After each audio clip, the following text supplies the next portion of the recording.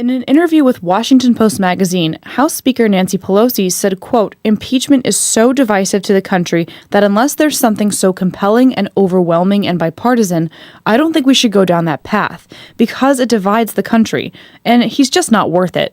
And recent numbers back her up. A Quinnipiac poll found that although most Democrats support impeachment, 59% of Americans overall are against it. 60% of those who identify as independent said they were against impeachment. Without bipartisan support, any impeachment effort against President Trump is likely to fail and could even end up hurting Democrats in the looming 2020 elections. It's happened before. During the 1998 midterms, House Republicans focused much of their campaign messaging around impeachment proceedings against then-President Bill Clinton over his affair with White House intern Monica Lewinsky. It backfired. Democrats gained 5 seats in the House, marking the second time since the Civil War that the president's party gained seats in a midterm election. Exit polls showed that 6 in 10 voters did not think the president should be impeached and disapproved of the way Republicans in Congress had handled the matter.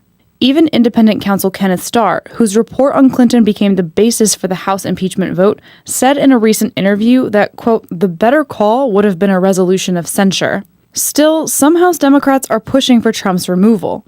Michigan Representative Rashida Tlaib, along with California Representative Brad Sherman, are planning to introduce articles of impeachment. But even they admit that their case isn't a winning one right now. It's important that impeachment be on the table. It is legally justified, but it's not politically possible to actually remove the president until we change the thinking of the American people.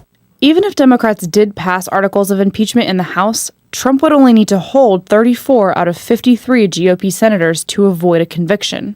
House Democratic leaders say it's better to wait to gather enough undeniable evidence of crimes in order to build bipartisan support for impeachment. In an interview with Politico, Gerald Nadler, the head of the House Judiciary Committee, which would oversee such proceedings, said, quote, "You don't want to divide the country, so you have to think you have such a case that once the case is finished being presented, enough people understand you had to do it."